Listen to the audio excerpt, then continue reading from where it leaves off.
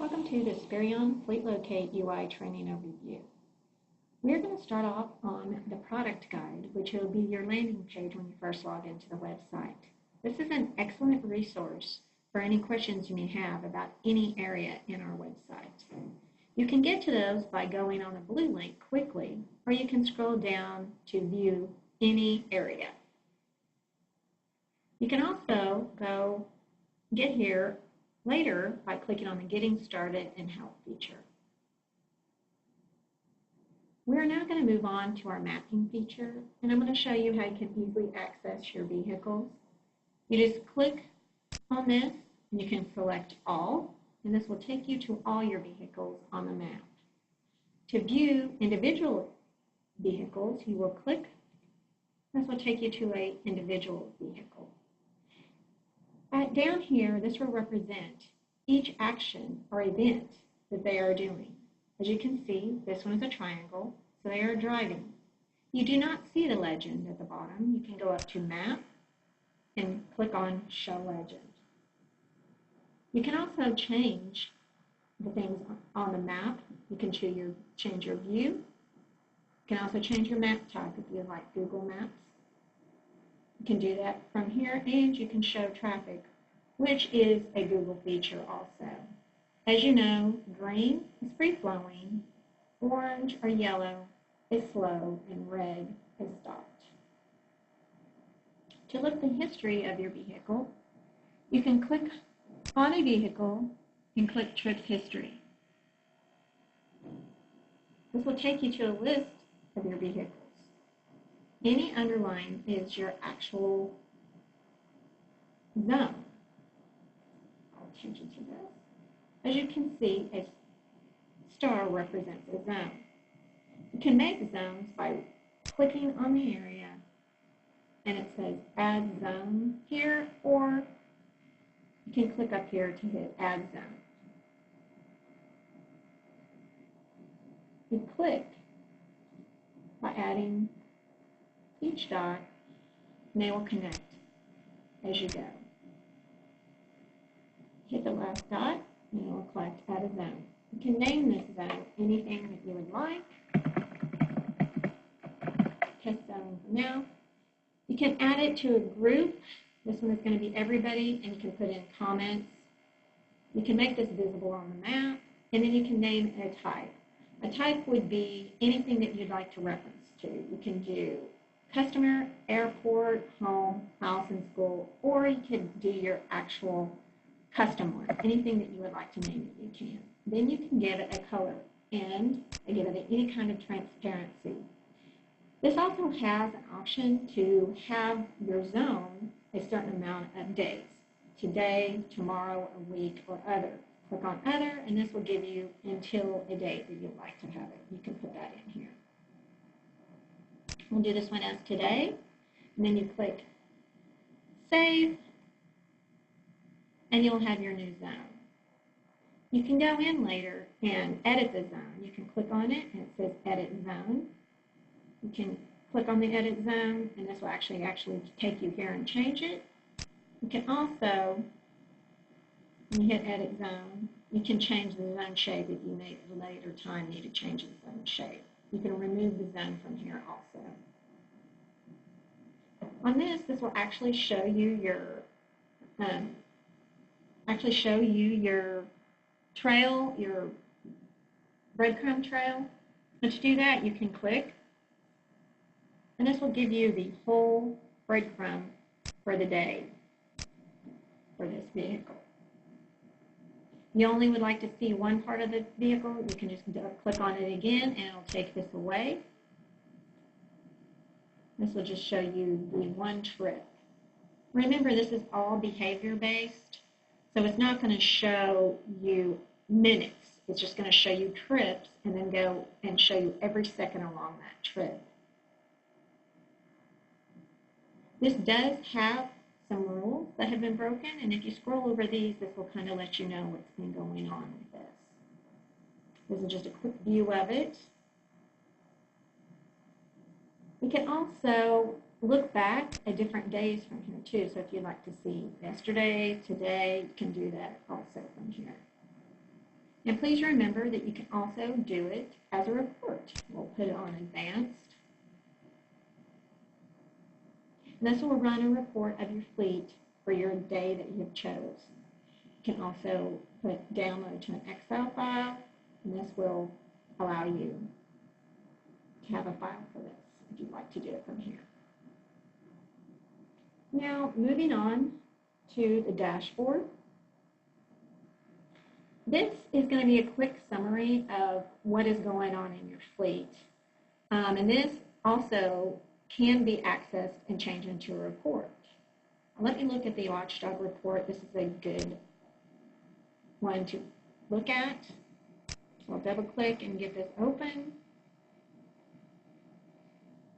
This shows you actually what units are actually working and have been offline, or ones that are okay. So this tells you what is going on with your fleet. As you can see, there is red, it's offline for more than 21 days, orange, offline for 3 to 21, and green means they're okay. As I said, the dashboard is an easy way to access your data. I'm going to click to over these. We're now going to move on to creating users. To do that, you will go down to your administrative tab. And please remember the administration tab is just that, administration, to actually add information or take information away. Click on users, and then you will just hit add. You can put in the user information, and then you put their first name, last name, and then the password that you would like for them. And then if you do a password change on next, this will actually send an email to it and allow them to change their password. You can do a security clearance for them if you'd like them to see everything. You can do administrator, they have admin, supervisor, view only. This is where you choose that. The data access, this would be for every vehicle. You can put them into groups if you'd like. And you can put employee number and other things into. This is going to be a basic authentication. You can then go onto the driver, and then you can use these as a driver if you would like. And if you click on this, this will actually add if you have a key or if you have a home group. And then there's also options. This is where you would go in and add it to change them to U.S. Imperial or to the metric system. You can also do the fuel economy from here, which would be the MPG, miles per gallon. And then you can do a date, and then you can also format the time. You pick a time zone for this. Make sure you do that. And then also you can do the UI settings with the default page. It doesn't always have to be the program guide. You can also start on a dashboard or the vehicles. It's up to you. Now we're going to go on to building groups. This is going to be just a real quick view. We'll go down to groups. This is going to show you how to build a group. When you click on this, we have some other groups in here. Then you can click on that group. And if you would like to add this one you can see we have a Canadian location and the location United States. Now, if you'd also like to do it by state, you can do that. And it says Central, Northeast. And then you can actually add Central, and you can also add in here what you would like. So if you would like it to be South Central, you can do that also. So any type of vehicle that you would like to add, this is where you would put them. I'm going to go over to the vehicles and kind of show you how to do that. When you click on this, we can click on this vehicle right here.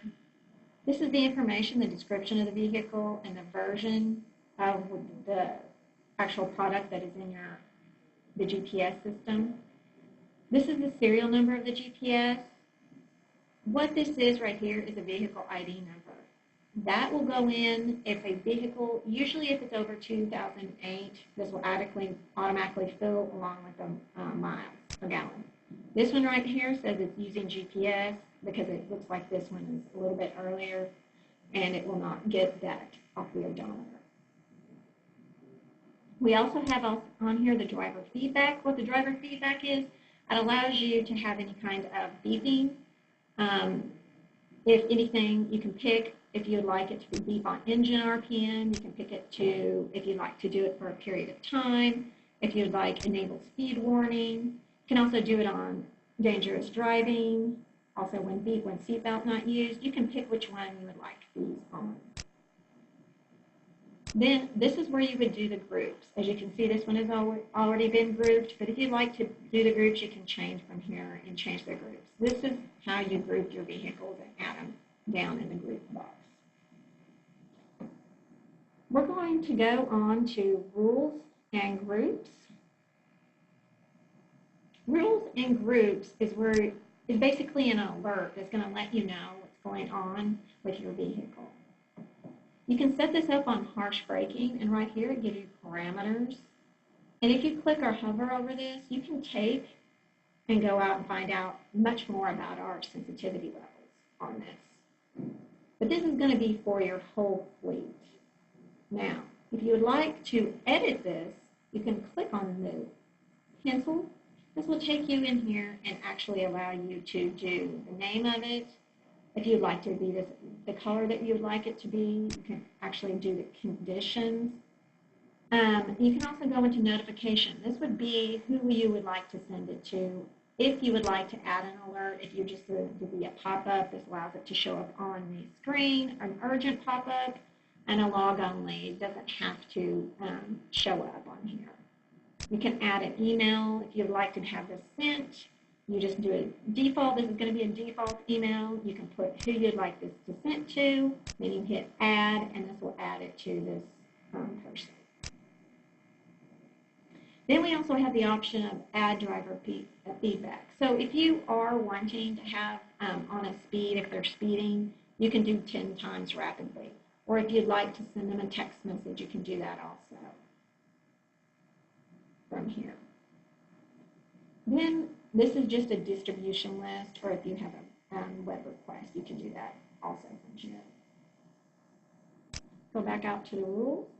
This one is a harsh acceleration. This is going to be any kind of accelerating too quickly. This is cornering. We have one for speeding. This is actually set by speed limit by actually what the posted speed limit is, and that would be 20 miles per hour. So this is going to let you know if anybody has gone over 20 miles per hour.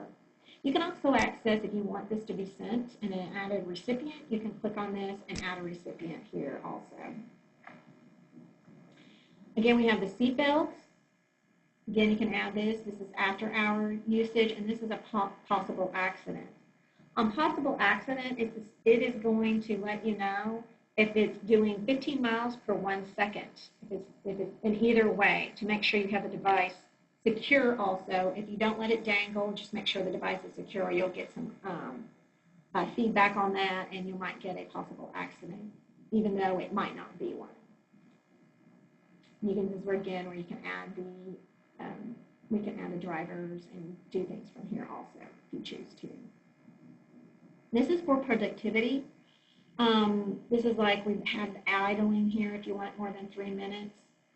Late arrival, early leave. We have the unauthorized home stops, too much office time. There's the long lunch if you're concerned about that, and long stops during work hours. You can again click on this. This will allow you to change anything that you need to be changed. We have alerts for your fleet also. We have the fleet idling, and this is a 5 minutes, and it is going to be everywhere. This is prevents idling time, and you can do it on an office zone, but we're going to do it everywhere, so it's just going to let you know anything is idling for too long. This is your fleet. This is going to let you know, like your maintenance guy, if you choose to do that, you can put him in here. If there's something with the engine light on, you can add him to this, and you'll let him know that there is an engine light on. This is the battery drain. This will let you know before the battery gets too low that there is a low battery, so this is really good. You can have this sent to the maintenance guy also. We have unauthorized device removal. This is going to let you know it has been unplugged and later plugged in. It's not going to let you know when it's unplugged, but if it does get replugged in, it's going to send you a message.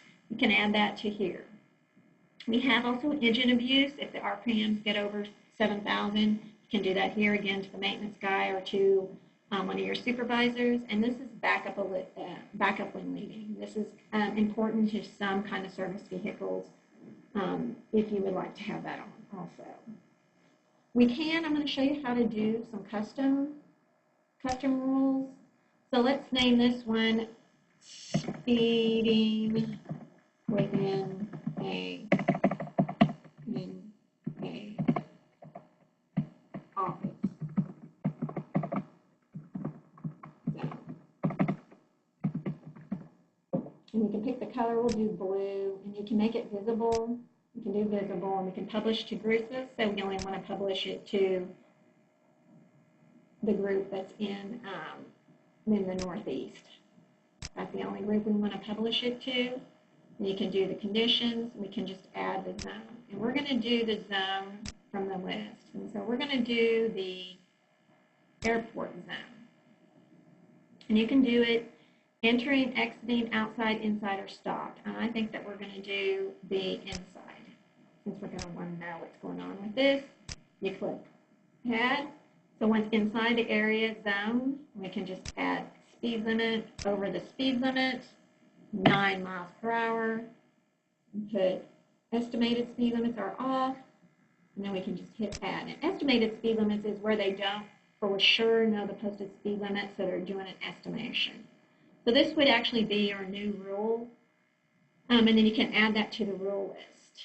We'll go back here and I'll show you one of the custom ones that's already here. We have custom speeding, as you can see, has the conditions in here, and then it has the notifications. There isn't any recipients, but it does let you know of this. And again, you can change the colors, and if you do click on this, this is going to give you a better array of colors. So if all the colors get similar, like you can group those, you'd like to have all your speeding in yellow, or you'd like to have all your speeding in red, this would be a good way to do that. And if you'd like your idling in yellow and things like that, you can do it here also.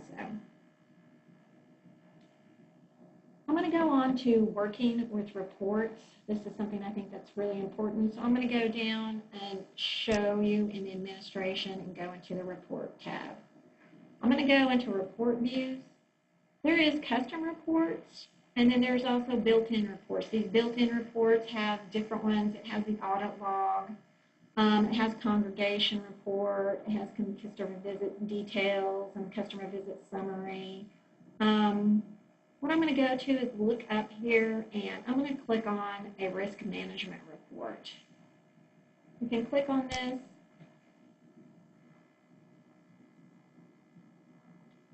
Let's take it to actually. And what this does is it's going to show you the report view, and you can put all the parameters that you prefer. You can have it run by device or driver. You can have them grouped by monthly. You can do grouping options. This can be everybody. This one's everybody in here.